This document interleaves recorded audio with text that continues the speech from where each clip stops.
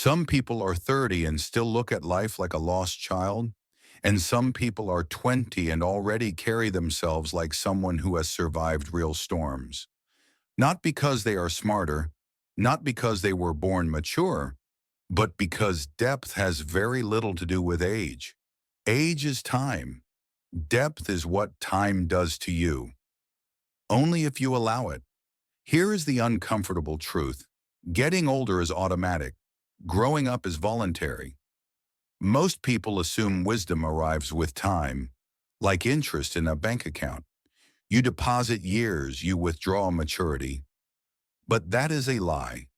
Time does not transform you. Time exposes you.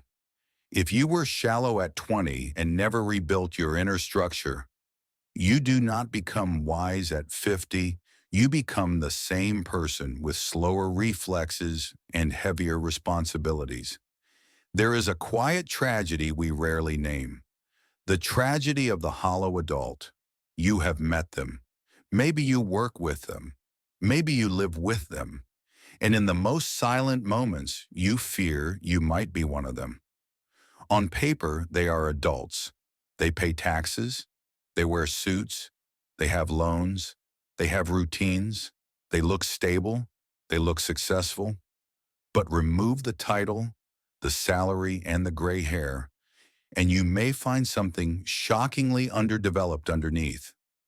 Life throws a small stone at their glass house, a critical comment from a manager, a breakup, a financial setback, a minor humiliation, and they shatter. Not because pain is abnormal. Pain is normal, but because their reactions are childish. They blame, they rage, they avoid, they disappear. They punish others with silence. They demand comfort as if comfort were a right. And then there is another kind of person, someone who became calm early, not by choice, but by pressure. A young man in his early 20s carrying a household on his shoulders, rent, food, siblings, parents who are tired, work that is unstable, a home that shakes when the wind gets stronger. He is not older in years. He is older in weight. Or a young woman who moves away for work alone. New city, new culture, new expectations. She learns patience not from inspirational quotes, but from difficult clients, impatient managers, and the quiet pressure of having to prove herself every day. She becomes emotionally fluent. She learns when to speak, when to pause, when to set boundaries, when to walk away. That is not age. That is experience plus awareness. But here is the trap. Hardship does not automatically create depth either. There is a romantic lie in our culture that suffering equals wisdom, that if you have been hurt, you must be profound. But we all know people who went through divorce, bankruptcy, or illness and came out not wiser, but bitter. Pain gives you material. It does not guarantee transformation. The difference is not the event. The difference is the lens. Two people can go through the same crisis and walk away completely different. One person loses a job and says, "This is unfair. The world is against me." And they stay inside that story for years. Another person loses a job and says, "All right, what did this expose in me? What skills have I been avoiding? What illusions was I living in? What do I need to rebuild properly this time?" Same event, different lens, different future. Depth is not what happens to you. Depth is what you extract from what happens to you. If you refuse the lesson, life has a strange sense of humor. It will make you repeat the class.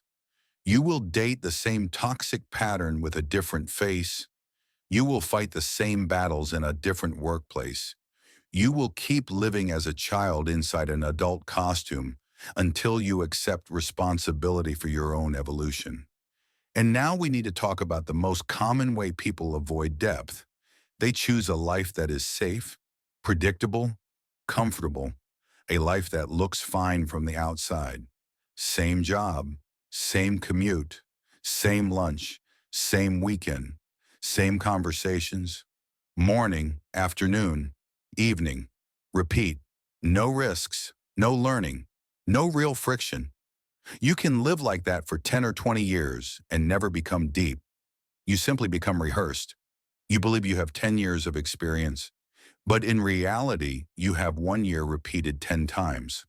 A photocopy life. You do not live more. You just print again. Modern life sells comfort as the highest goal. Remove all friction. Order everything in one click. Control the temperature. Follow the algorithm. Stay where nothing surprises you. But here is a biological fact. Evolution only happens under pressure. Muscles do not grow without tearing.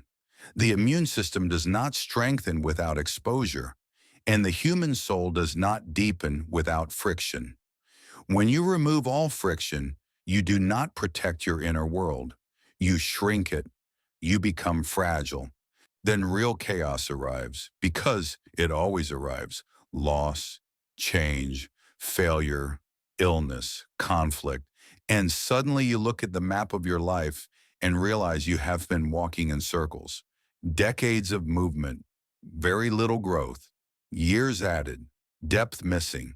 So the question becomes personal. Are you actually growing deeper? Or are you slowly rotting inside comfort?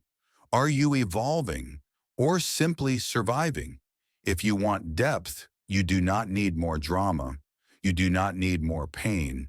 You need more awareness. And awareness can be trained. The first training is voluntary discomfort. Small doses, not reckless, not extreme. Just consistent micro-courage. Speak in the meeting even if your voice shakes. Have the difficult conversation you have been delaying. Apologize first when your ego wants to win. Sit alone for 30 minutes without your phone. Do the task you keep avoiding. When you choose discomfort voluntarily, you send a signal to your nervous system. I can handle hard things. You build healthy toughness, not numbness.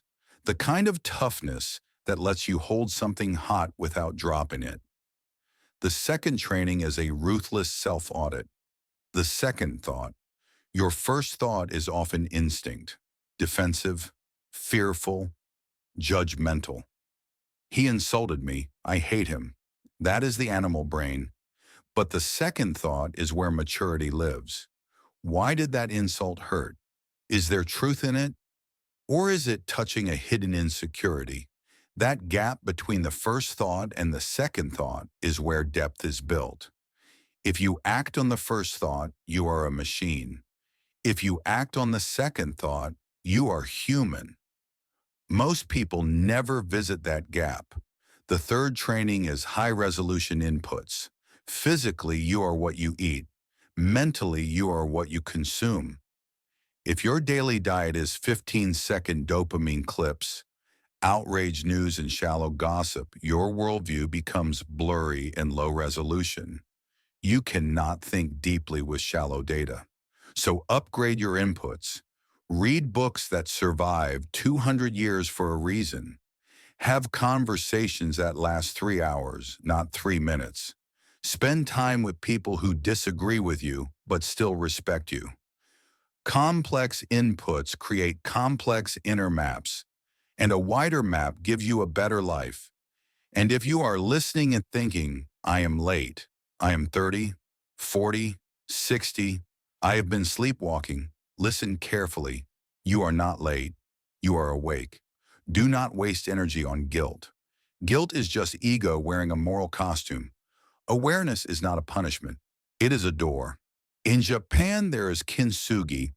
Broken pottery is repaired with lacquer mixed with gold. The cracks are not hidden.